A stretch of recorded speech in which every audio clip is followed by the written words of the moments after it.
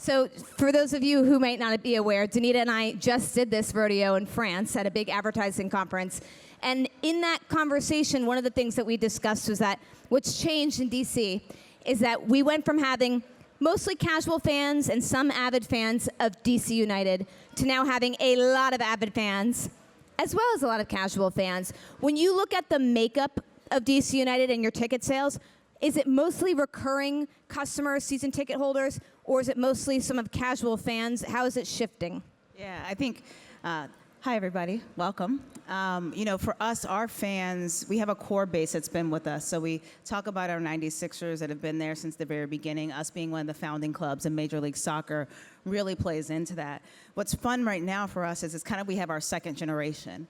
So we have our 96ers with us, and then we have those that their parents were our fans, and now they're ingrained with us, and they're part of our supporters and our larger season ticket base. When it comes to the casual fan piece, I think for us right now, it's really introducing people to the experience of Major League Soccer and what soccer is representing here in the United States. And our goal in that is that anybody can come out at any time, and as we talk about all are welcome, all are united, is really creating an amazing fan experience from beginning to end. It's something that we try to dial in on as an organization and try to uplift so that every fan, whether you know soccer in and out or you're new to the sport, you feel welcome within the space. And then, so part of this magic of DC United is definitely that Audi Field. I mean, you have the beautiful view of the Capitol. What are the other things that you do to bring a casual fan in and to make them excited about it? Yeah, we think about what our pregame events are. We're working on new shows that will come in prior to concerts on the plaza, lighting up Audi Drive. I think one of the other things we do is cross-selling when it comes to our casual fans. When we think about our tenants, the DC Defenders, the Washington Spirit, Power FC, which is part of the USL Super League. In addition, hosting events of all kind. For 5 years now, we're in our 5th season that we've been hosting the Truth and Service Classic, which is the Howard Hampton annual football game. We hosted Broccoli City in 2024.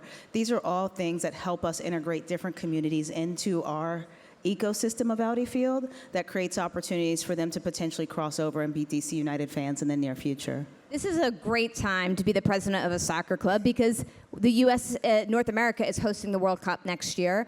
What role will Audi Field and DC United play in that experience? Yeah, well, part of our role is the preparation to that. As you all know, and if you don't know, Club World Cup is actively happening right now here in Washington, D.C., and we're hosting that at Audi Field. We actually have another match tomorrow at 3 p.m., shameless plug. So be sure to make your way to Audi and leave work early. It's a nice day. But our role in this is to help elevate the game. So Club World Cup is the caveat to that, leading into World Cup in 2026. As we're not a host city, we are the capital, right? And with that, we want to be the nation's capital of sport. So we'll be hosting watch parties and other special events at our stadium in 2026, so be on the lookout.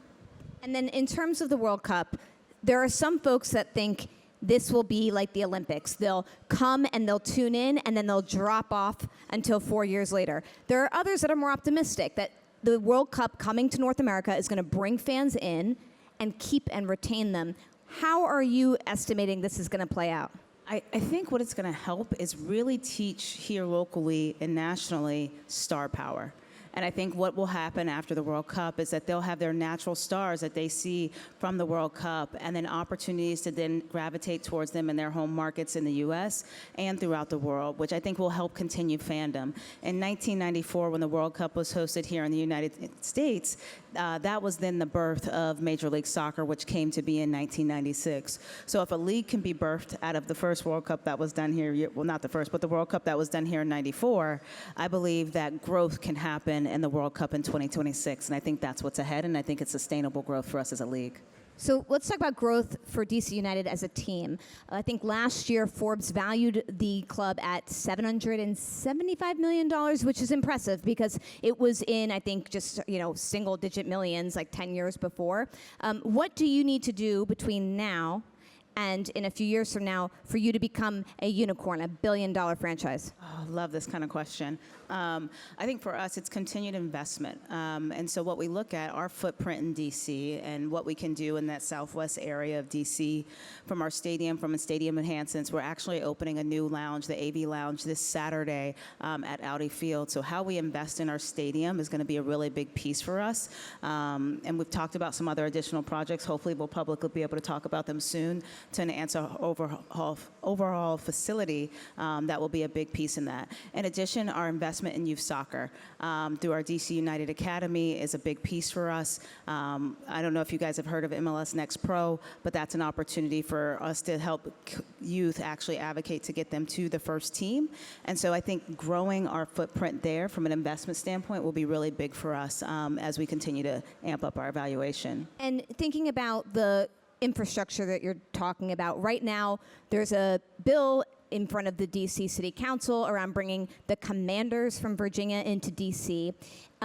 What impact would that have on D.C. United if the Commanders were to move into Washington as well? I think it's a positive impact. We get new neighbors, right? And I think it really goes into what the mayor is trying to do here in D.C., and that's to be the sports capital. And so our ability to have all of the major sports leagues right in the backyard of our community is going to be powerful. And so we're excited for them. We want to be good neighbors to them. I think for us, it helps us to showcase options, but also lets fans know that we're all here to stay. And we want everybody in this community to enjoy sport and make it easy and accessible. So what advice would you give then to the Commanders as they're going through this process of trying to build a neighborhood and invest in a community? Because you went through those growing pains trying to build up Southwest. I think part of my advice is to remember to preserve the community.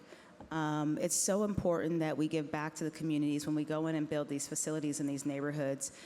You often think about the people that were living within those neighborhoods and those communities. How are we creating job opportunities for them? How do we create access? Are our tickets priced so that it can actually go to a game? Right? What are we doing in the give back from that? So I think our community service projects, as each of the sports teams in our market, are absolutely critical and something that we all need to make sure that we're paying attention to and being engaged in. When we think about DC United, it is not just the team, it is also Audi Field, and it's not just used for your games. You mentioned some of your partners. What is the brand value and equity of a stadium being in DC that as we think about the Commanders coming here, we might not consider? It's concerts, it's other sporting events. What else? Yeah, it is just that. I mean, I think for us, being an outdoor facility with our grass fields, what we can offer from other football games, you know, how we host Howard Hampton, what we can do from a soccer standpoint. We host USA Rugby, which will be here in July. I think it's adding variety and depth and option to consumers within the marketplace. So for us, it's focused on just continuing to make sure that each of you can look at your phone on a Saturday morning and like, what do I want to do in DC, and know that Audi Field is an option, right? And what are we producing from a facility standpoint? And that's what we want to do. And we want to curate programs. Some of our programs are where we do movies on the pitch, and it's the neighborhood, and they come and they bring their kids, they put their blankets out on the grass, and they watch a movie in the middle of summer. Not as hot as today, but it happens. Those are the types of things that are touch points for us. We do backpacking and other programs that are community driven. We work with our partner Inova, and we do blood drives within our facility. So for me, it's servicing and entertainment, and that's what we get to do with Audi. When we spoke in Cannes, one of the things we talked about was that the MLS has a unique agreement with Apple to support all of your distribution rights here in the U.S. through Apple's platform. This is very different from other major sports leagues. I think about what the NBA just struck across so many different linear channels and streaming networks. What is the benefit to being with just one? What is a challenge? Yeah, I think the benefit to being with just one, it was a restabilization for us from a league perspective when it came to broadcast. What you see now is streamlined pregame shows, content across the platform on one of the biggest, most accessible platforms in the world. So when we moved to Apple TV, what really it gave us was a global reach for the global game.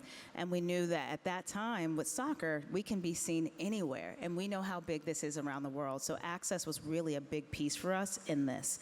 the hard part, right? You said where the challenge is. As you see, the NFL is on like 20 different networks. I'm being a little extreme in the moment, but there's multiple networks that typically you have to find your Thursday night, your Sunday night, your Monday night.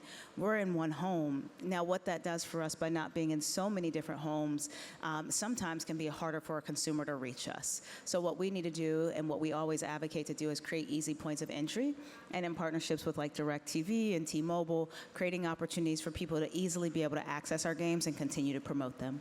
And then what about off of the TV? How do you make sure that you can give the fan the digital experience on your phone? Are you guys like an app-heavy league? How would you say someone should follow DC United if they're not watching on TV? Yeah. First, go DCUnited.com, download our app, follow us on social, all the things. You can find us. We have them all the tools that make it easy and accessible.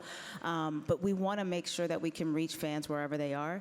And I think we also do that through our community programming too, and through schools, and through the universities that we work with as well. But for us, it's really just making it as accessible. As much as we are on our phones, I just want to be right in your hand, right there with you, and that's what we try to do. Okay, so we have just a few minutes left. You are a business leader in Washington. You're also a Washingtonian. What are the things within Washington sports that people should check out that aren't just DC United that make you excited? Well, that's a good question. You know what I would say? I think we got to really support our college sports in the marketplace, right? Like, as a pro team, our future is in youth sports and what we're doing in the college athletic space. And the more that we can help uplift that, the better it is for the future of our players. One of our players, Jacob Morrell, played at GW here locally, and now he plays on our first team. To follow our players through our marketplace as they grow in their careers, I think is pretty powerful. So I would say a continued investment in youth sports and our college sports is where I really encourage you all to show up. Our youth need activity. And I know a lot of our programs got dissolved after COVID, and the more that we can invest in those spaces, the better opportunity we have to develop great athletes and great people. I love that you talked about before access for the community, making sure that the tickets are priced so that anybody could enjoy. You are a very successful business leader, but at Axios, we like to end with one fun thing. What is a place that you love to go to eat or to shop in DC that is accessible, that anybody here in this room should check out, that only like a DC local would know? Okay, so what's funny is this is probably my favorite neighborhood in DC. Love that. So I'm big on Union Market. I think it's just a great vibe. So I actually just went there like 2 days ago, and I'm going to say their name wrong. It's the Mexican spot inside the corridor that's over here. Is it like El Mexico? Presidente? No, it's not El Presidente. It's it's like in the marketplace, but where the food hall is, somebody else knows what I'm talking about. It's like Mexicalo or something, but it's phenomenal. And a girl, yeah, yes, and it's right over there. There it is. And I'm telling you, as a girl that lived in LA for many years, it's pretty solid. Don't sleep on DC's Mexican scene. Danita Johnson, so many great things. I love when you talked about people being loyal fans of the 96ers when the MLS first came here to DC. Also, you talking about how the 1994 World Cup is what really brought the 1996 MLS here. It gives me so much hope and excitement for what the 2026 World Cup could bring to soccer. You talked about this unity of the Commanders coming here being a good thing for everybody. And if you could give them any advice, you said invest in your community, keep those tickets priced very, very low. You talked about your new 80 Lounge, which is coming up to make the DC fan experience better, but there are a lot of things that you're doing to make the DC fan experience better. Club concerts on the plaza. You talked about even doing blood drives with Inova to make sure that the space is utilized in a way that's really great for the community. It's really important to invest in youth. Yes. And I love that you mentioned GW, my alma mater, but investing in college programs. And then just one fun thing, definitely don't sleep on Union Market. How about a round of applause for Danita Johnson?